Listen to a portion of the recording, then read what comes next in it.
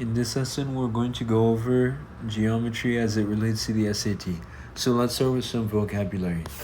Supplementary angles are two angles that add up to 180 degrees, and complementary angles are two angles that add up to 90 degrees. So let's say I had angle A equals 50 degrees and angle B equals 40 degrees. Angle A and angle B are called complementary since they add up to 90 degrees. I could also have angle C equals 100 degrees and angle D equals 80 degrees. Angle C and D are called supplementary since they add up to 180 degrees. Alright, now let's look at transversals. So a transversal is just two parallel lines that's intersected by another line. And usually on the SAT, you'll come across a question like this, and it'll be testing your knowledge of which angles on a transversal are equal, which ones are supplementary, and in general, how are they related to each other. So let's start with some definitions. Exterior angles on a transversal are just the angles that are sort of outside of this area. So any angles outside of this are called exterior. So this angle here and this one here and this one are called exterior angles. All those angles in blue are called exterior since they're on the outside of those parallel lines. On the flip side, any angles inside of these two lines are called interior angles. So let's say this one, and this one are all interior angles since they're on the inside of the parallel lines. Now I'm going to erase this just to make it more clear for what we're going to do next. So same side interior angles and same side exterior angles are supplementary. So let me tell you what that means. This angle here and this angle here are both on the same side, and they're both interior, right? So in other words, these are same side interior angles, which means that they're going to be supplementary, or in other words, add up to 180 degrees. So if this one was 70 degrees, then I would know that this one must be 110 degrees since they need to be supplementary. Same thing with these two angles, this one and this one. Both of these are interior angles that are on the same side. So I know that, if this one is 50, then this one must be 130 since they need to add up to 180 degrees. But if I knew that this one here was 130, I can't say that this one is 50 because these are not same side. These are called alternate interior angles since one is on this side and one is on this side. The same thing applies to same side exterior angles. So let's say I had this angle here and this angle here. These are two same side exterior angles and they're going to be supplementary as well. Then same thing with this one and this one. Both of those green angles are same side exterior angles, which means that they're going to add up to 180. So if this one was 30 degrees, then I would know this one must be 150 degrees. Okay, so just remember that same side angles are supplementary. Same side interior are supplementary and same side exterior are supplementary. Now let's talk about alternate interior and alternate exterior. So alternate interior angles are two interior angles that are on alternate or opposite sides. So let's say I have this one and this one. Notice how these are two interior angles that are on opposite sides, right? So they're going to be called alternate interior angles and they're actually going to be equal. So if this one is 70, then I know that this one must also be 70.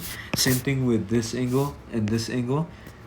So if this one is 20, or let's say if this one is 110, then I know that this one must also be 110 since they're alternate interior angles.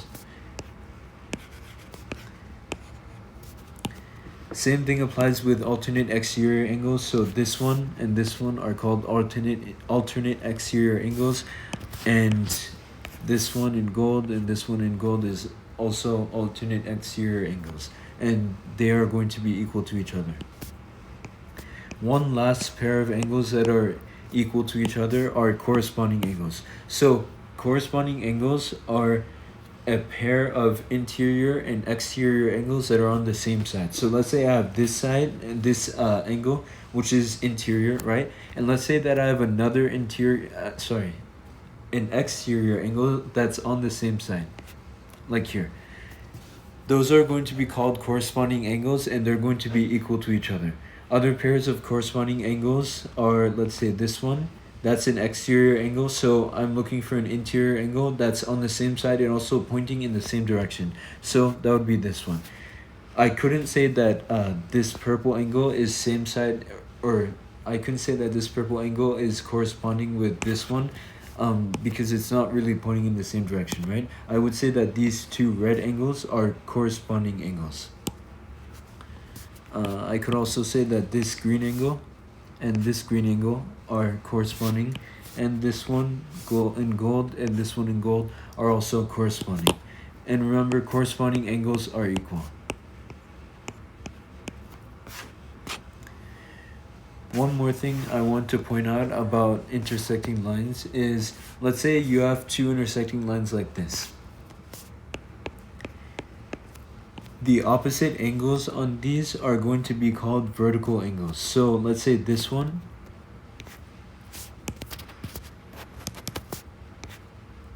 I'm not sure why that's not in color. Let's see. Oh, that's fine. Alright, so sorry. Let's say this angle and this angle. These two angles, notice how they're on opposite sides, right? So these are called vertical angles, and they're also going to be equal. Same thing with if I had this one and this one. These two are vertical angles as well, and they're going to be equal to each other. Also, if you have two angles that are on the same side of intersecting lines, like this one and this one, these are going to be supplementary angles, which means that they add up to 180 degrees. So this red one and green one are supplementary. So if I said that the red one was 50 degrees, then this green one must be 130 degrees. Alright, now let's look at the Pythagorean theorem. So the Pythagorean theorem says that a squared plus b squared equals c squared, and this is applied when you're solving for sides of right triangles. C is always going to be your hypotenuse or your longest side, so that's this one, and then A and B are the legs of your triangle. So let's say we had this triangle, we have that the legs are 4 and 3, and we want to know what the hypotenuse is. So we would apply the formula or the Pythagorean theorem, a squared plus b squared equals c squared. So I would say that 4 squared plus 3 squared, because those are my legs in this case, equals c squared. And c is just the hypotenuse. And then from here I would solve. So 16 plus 9 equals c squared. C squared equals 25. And if I take the square root of both sides, I end up with c equals 5. So that's my hypotenuse. So I could replace this with 5. Now let's take a look at trig, or trig ratios. So the three main trig ratios that you need to know for the SAT are sine, cosine, and tangent, and you can remember them by SOHCAHTOA. So sine is opposite over hypotenuse, so you have OH for opposite over hypotenuse.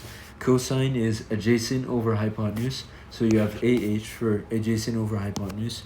And tangent is opposite over adjacent, so you have OA for opposite over adjacent. So let's say that I'm talking, my reference angle is this angle theta. The opposite side of this is going to be this one. So basically, notice how you have this angle theta and you have two sides that are connected to it, right? The only side that's not connected to it is going to be your opposite side. The hypotenuse is always going to be the same. It's always going to be your longest side. And the adjacent side is just the whatever other side is connected to your angle or your reference angle. The other one side is going to be the hypotenuse. The other side is going to be your adjacent side. And once again, the side that's not connected to your reference angle is going to be your opposite side. So let's say that we have this triangle here. let's first identify the opposite, adjacent, and hypotenuse.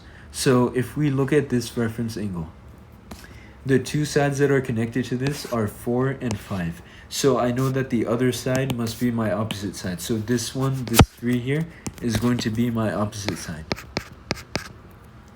Now I know that my longest side is always going to be my hypotenuse. So I can say that 5 is the hypotenuse. And the other side that's connected to my reference angle, that's not the hypotenuse, is going to be my adjacent side. So that's going to be 4. Now that I've labeled my sides, I can easily find the trig ratios. So I know that sine is going to be opposite over hypotenuse. So that's going to be 3 over 5. I know that cosine is going to be adjacent over hypotenuse. So that's going to be 4 over 5. And I know that tangent is going to be opposite over adjacent, so that's going to be 3 over 4. So that's a basic introduction to trig ratios, and we'll do a couple example problems with them later. But you shouldn't need more than sine, cosine, and tangent on the SAT. One more thing I want to point out about sine and cosine is that sine of an angle is going to be equal to cosine of its complement. And let's take a look at what that means. Let me just fix this label here. So let's say that I want to find the sine and cosine values of angle A. So this is going to be my reference angle. Actually, one thing before I do that, notice how angle C here is 90 degrees, right? And we know that since all three angles of a triangle have to add up to 180 degrees, if angle C is already 90 degrees, then that leaves only 90 degrees left for angle A and B combined. So in other words, angle A and B both have to add up to 90 degrees because again, angle C is already taking up the other 90 degrees. So another way of putting that is that angle A and angle B are complementary angles. So keep that in mind. Now I'm going to find sine and cosine of angle A. So this is my reference angle. Notice how I have this side and this side that are connected to angle A, but this one over here is the only one that's not connected to angle A. So that's going to be my opposite side. The longest side is always going to be my hypotenuse, so that's going to be this one. And the other connected side with angle A that's not the hypotenuse is going to be the adjacent side. So that's going to be 4. Now let's find sine and cosine for angle A. So sine is going to be opposite over hypotenuse, or 3 over 5. And cosine is going to be adjacent over hypotenuse, or 4 over 5.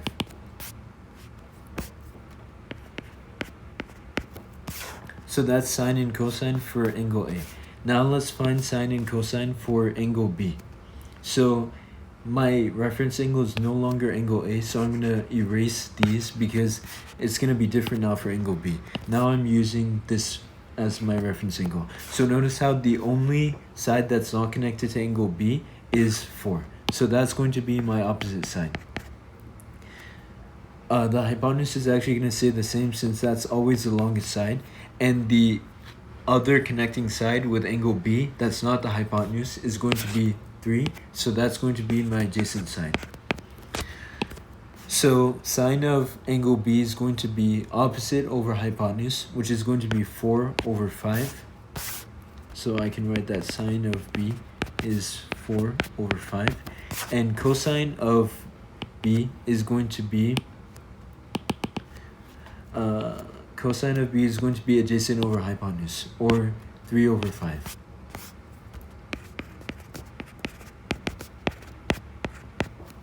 So notice that sine of angle A is equal to cosine of angle B, and cosine of angle A is equal to sine of angle B.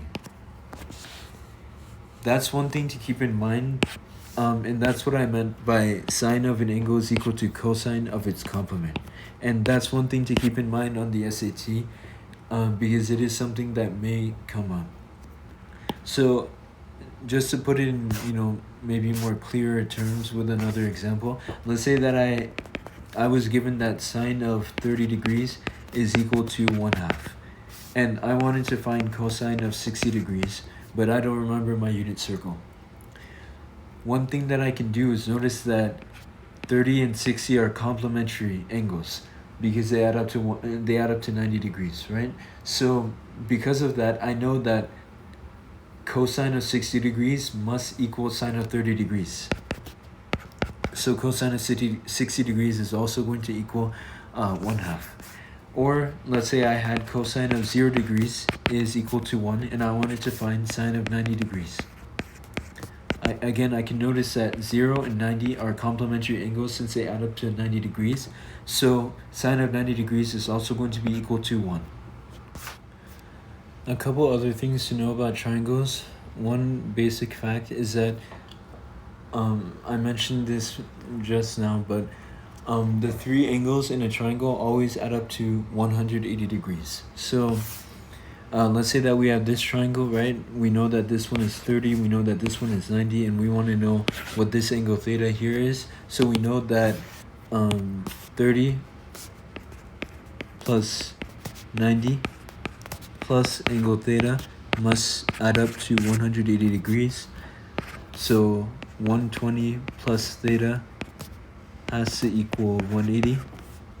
So theta equals 60 degrees. Let's look at another application of that rule in this problem here. So we have this situation here, right? Let's start with these two angles. So we have angle theta and 140 degrees. Now, if you remember from a couple minutes ago, whenever you have two adjacent angles like this, these are going to be supplementary. So that means that angle theta plus 140 degrees must add up to 180 degrees. So that means that angle theta must be 40 degrees. Since 140 plus theta has to equal 180. Now that we know that angle theta is equal to 40 degrees, we also know this other angle here is 30 degrees. We're just looking for angle alpha now. And since we know two of the angles, we can pretty easily find angle alpha, since we know that all three angles in a triangle have to add up to 180 degrees. So we know that 30 plus 40 plus alpha has to equal 180 degrees.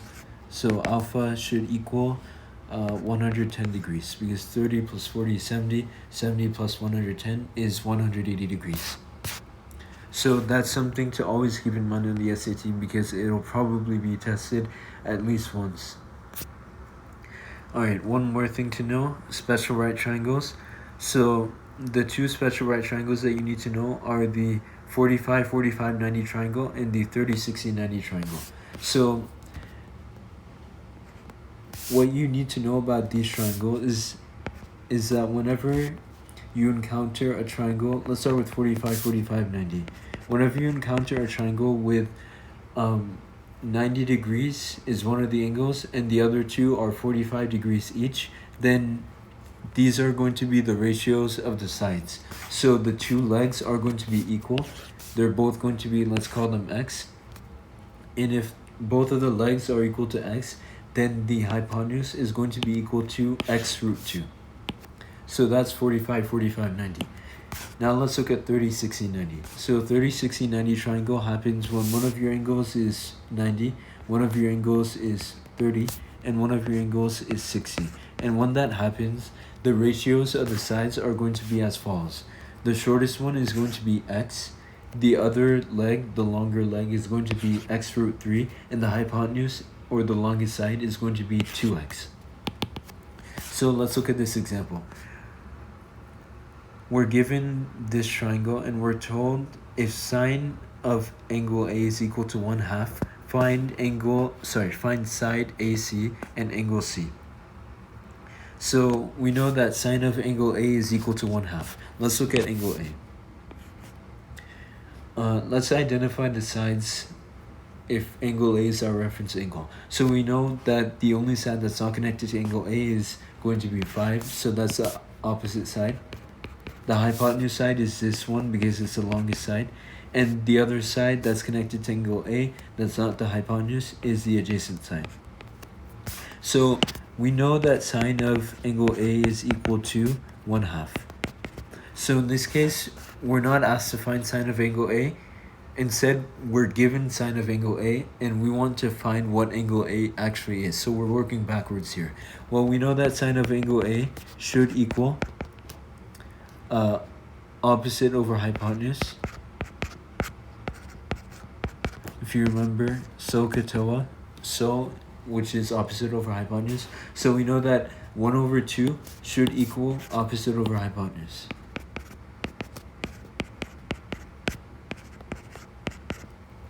So in other words, the opposite side is 1 and the hypotenuse is 2.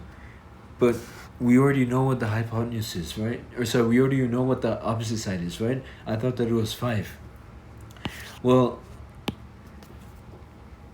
if it's 5, that just means that the ratio of the opposite side to the hypotenuse must equal 1/2. So let's rewrite that.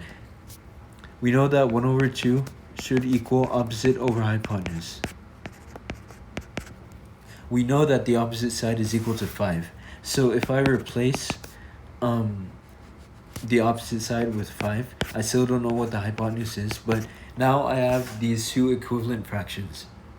So I know that 1/2 must be equal to 5 over the hypotenuse, which means the hypotenuse must be equal to 10. So you can see that the ratio, like, it wasn't wrong or anything. It's just that the ratio was in simplified form. But we know from that ratio that the hypotenuse must be equal to 10. So now we can label that hypotenuse. I'm going to label this as 10. And now since we know two of the sides, we can find the third side. But I don't really want to go through, using the Pythagorean theorem. So one thing I can recognize is that this is actually a 30, 60, 90 triangle, right? Because the shortest side is equal to 5, and then the hypotenuse is equal to 2 times 5, or 10, right? Doesn't that follow the same pattern as a 30, 60, 90 triangle where the shortest side is x and the hypotenuse is 2x? So since we know that the other side, or the adjacent side, must equal x root 3, or in other words, 5 root 3. So that's what AC and AB are going to be. And now we're just left with finding angle C. If we look at the diagram of a 30, 60, 90 triangle, we can see that AC should be, angle C is going to be this angle, right? So that lines up with this angle over here, right? Since it's the angle connecting 2x and x, and we're talking about angle C here, which is connecting 2x and x, angle C is just going to correspond with this one, which means that angle C is going to be 60 degrees, which means that angle A was 30 degrees. And we solved this triangle. Now let's quickly review similar and congruent triangles. So similar triangles are just two triangles that share the exact same angle measurements, but the side lengths are not equal.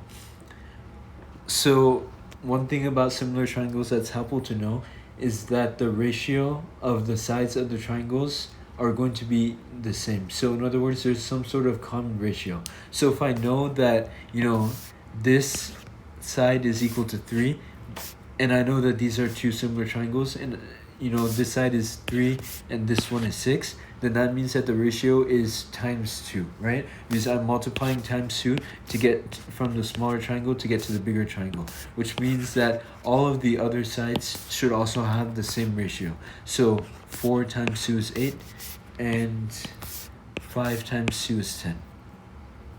So that's one thing to keep in mind with similar triangles.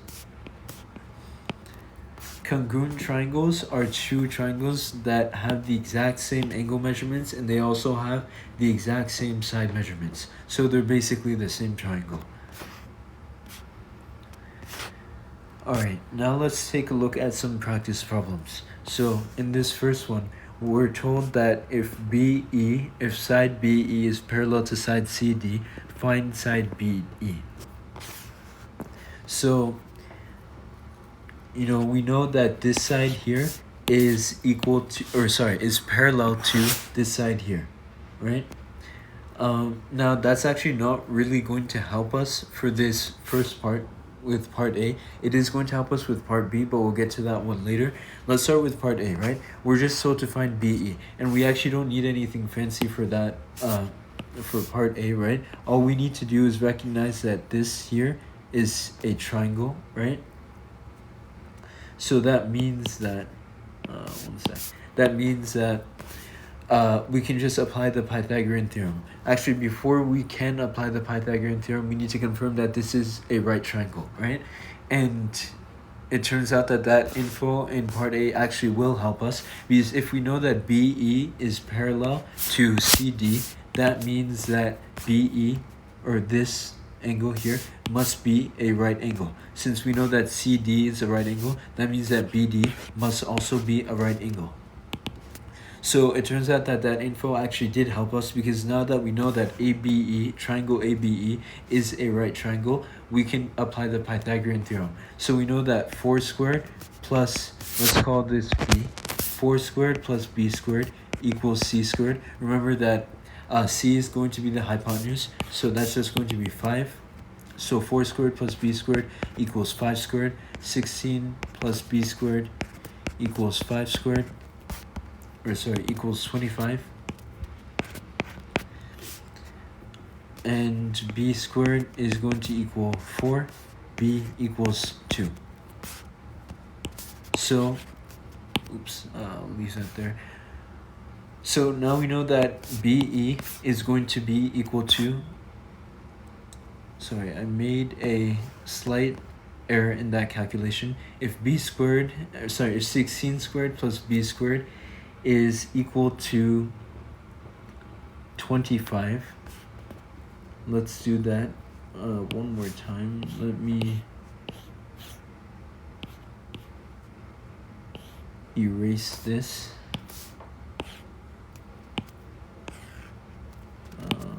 Only want to erase this part here. Alright, sorry. Let's get back to this part. So 16 plus B squared is equal to 25.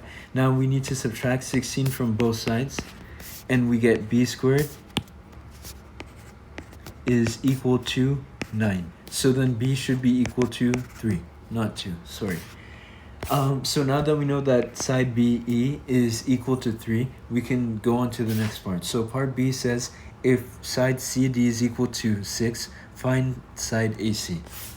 So we know that side CD is equal to 6, and we want to find side AC, which is, this long side here. So the key to this problem is recognizing a couple things. First of all is that we actually have two triangles here. First triangle is ABE, which is this smaller triangle, and the second triangle is just this, larger triangle, which is ACD. And notice a couple things. First of all is that ABE and ACD, or the small and larger triangle, share this common angle, right? And they also both have a right angle, right? So that means that these triangles are actually going to have all equal angles, because if they share two angles, then they must also share the third angle, right? Since we know that the three angles must add up to 180. So that means that this angle here, angle B, and this angle here, angle C, must also be equal to each other. So we know that, these two triangles have the same angle measurements, which means that they must be similar. And because they're similar, we know that there's a common ratio. So we can see that side BE corresponds to side CD, right?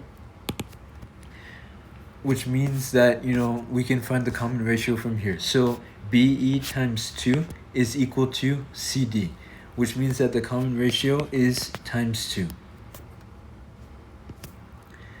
And if we know that common ratio, we can use that to help us find, the other side lengths. Remember, we're looking for side AC, right?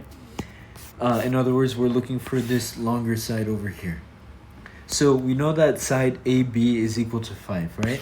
Which means that side AC should just be 2 times 5. Remember, we found that the common ratio is 2. So that means that this full side AC should just be equal to 10. And remember that side AC includes both this part up until here and this part here. So that full side is equal to 10. And again, we solved that using properties of similar triangles. Now let's look at another problem related to similar triangles. So we're given two triangles, ABC and DEF, and we're told if ABC and DEF are similar, find sine of angle D. Now, we don't know any of the side lengths for DEF, but we do know the side lengths for ABC. And one important concept to remember on the SAT is that the trig ratios for similar triangles are going to be the same. So if you have, let's say, like you have these two similar triangles, we know that A corresponds to D.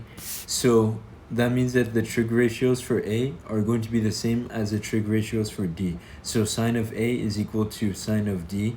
Cosine of A is equal to cosine of D, and so on. So that means that we can just find sine of angle A, and it'll be the same as sine of angle D. So looking at angle A, if this is our reference angle, the only side that's not connected to angle A is this one here, right? So that's going to be our opposite side. We know that the hypotenuse is the longest side, and the adjacent side is just the other connected side that's not the hypotenuse. So that's going to be this one.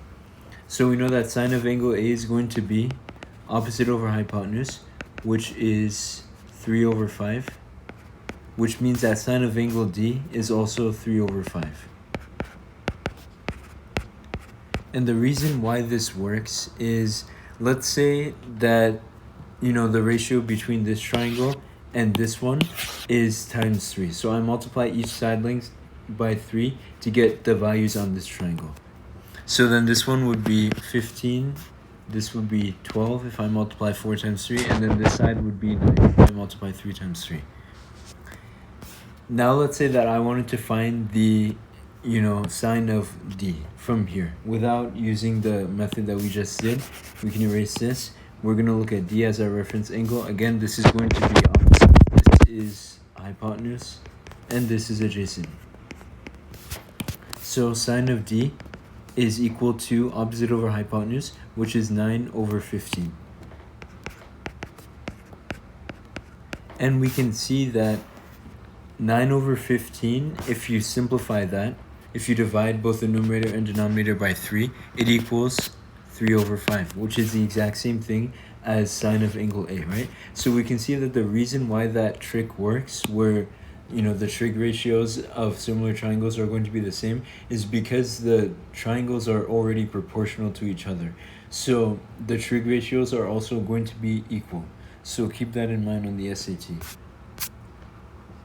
Now let's look at this problem. It says if tangent of angle C is equal to 4 over 7, find side AC. So angle C is our reference point. We know that the opposite side is just the side that's not connected to angle C. So that's going to be this one. The hypotenuse is the longest side. And then the adjacent side is the other connected side to angle C that is not the hypotenuse. And we know that tangent of angle C is equal to 4 over 7. Remember that tangent of C should be opposite over adjacent. So that means that 4 over 7 is opposite over adjacent. We know that the opposite side is 8 and the adjacent side we don't know. So again, we had a similar problem like this. But if we know that the opposite side is 8, we're going to just take this equation and write this as 8 over adjacent equals 4 over 7.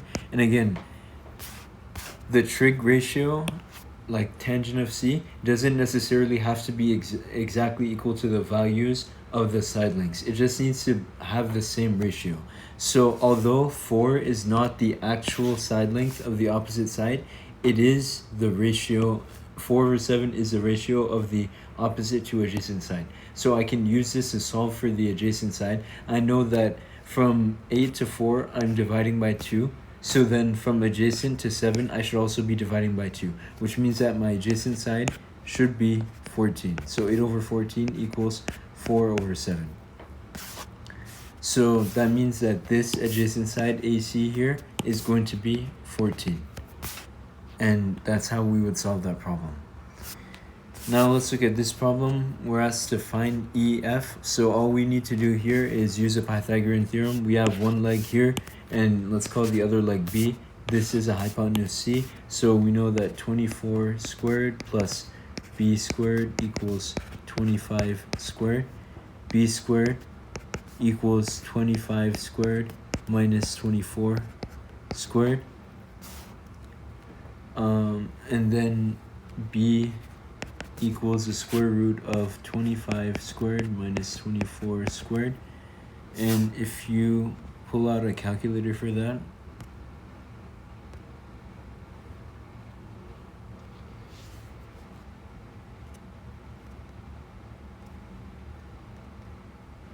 that's going to be 7. So then B is equal to 7.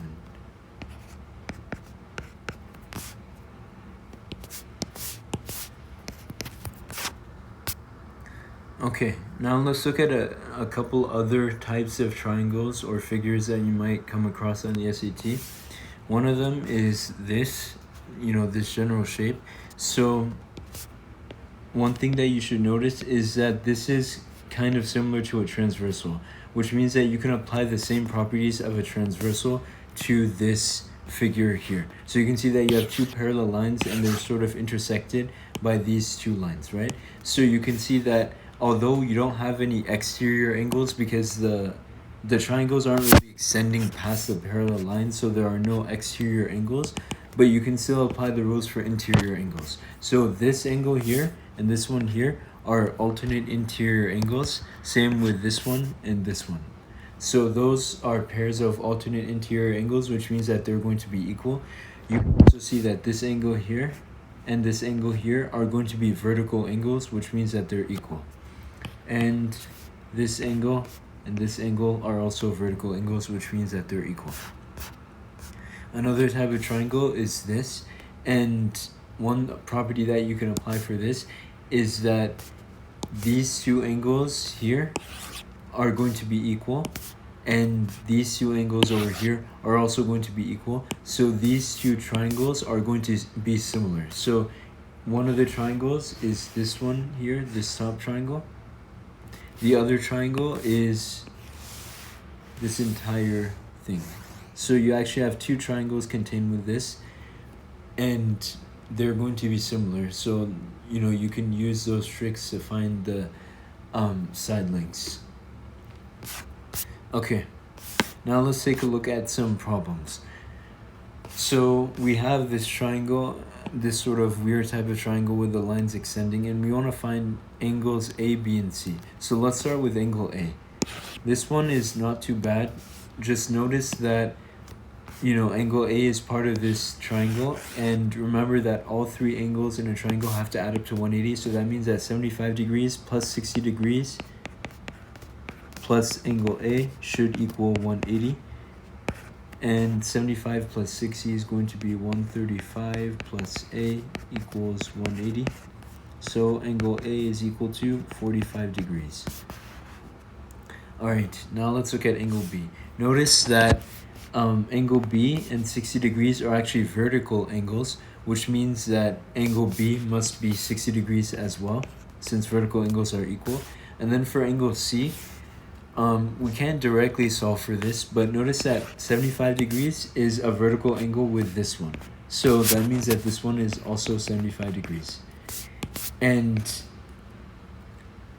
this angle here, 75 degrees, is adjacent to angle C, right? Which means that they need to add up to 180 degrees, which means that angle C plus 75 degrees should equal 180. So angle C equals 105 degrees. Alright, now let's look at this problem here.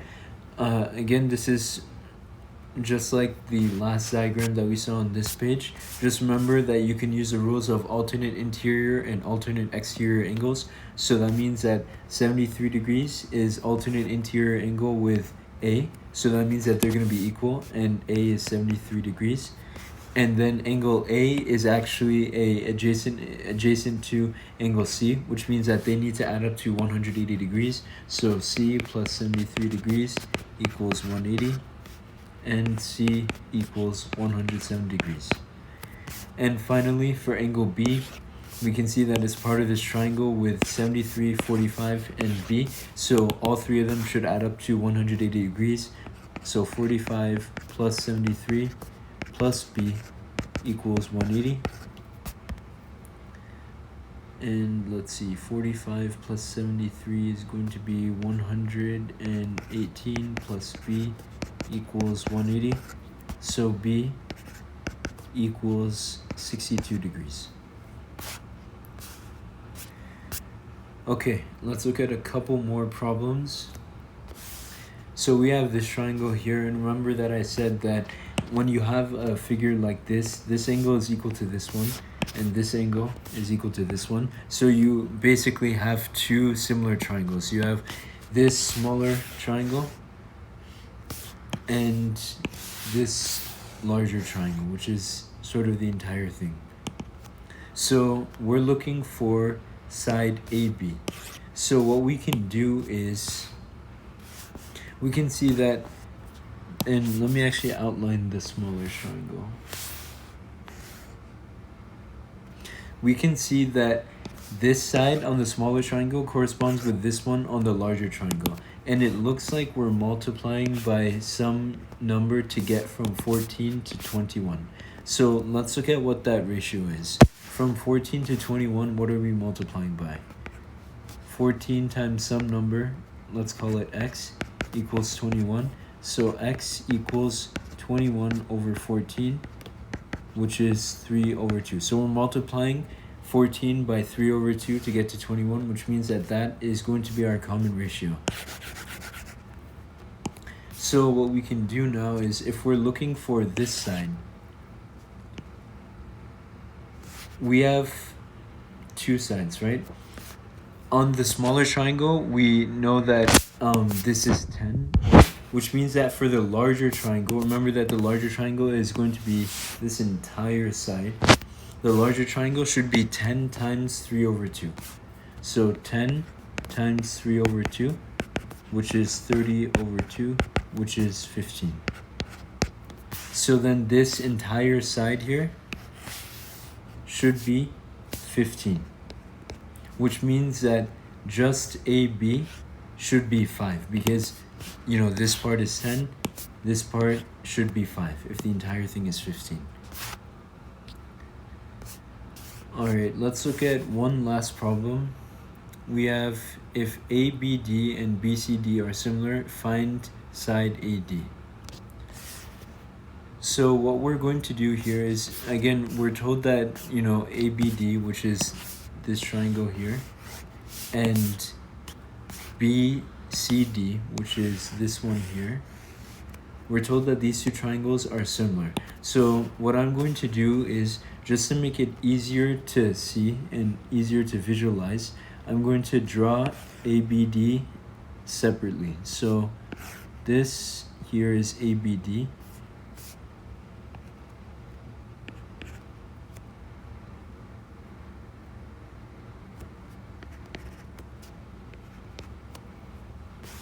And I'm also going to draw BCD separately. So this one is going to be BCD, and we know that these two triangles are similar, which means that there's some sort of common ratio between the side lengths of them. Okay, so we also know that side BD is 6, and let's see, side CD is 12. So we can see from this that the common ratio is just going to be 2, right? Because we're multiplying by 2 to get to the next corresponding side. And we're looking for side AD.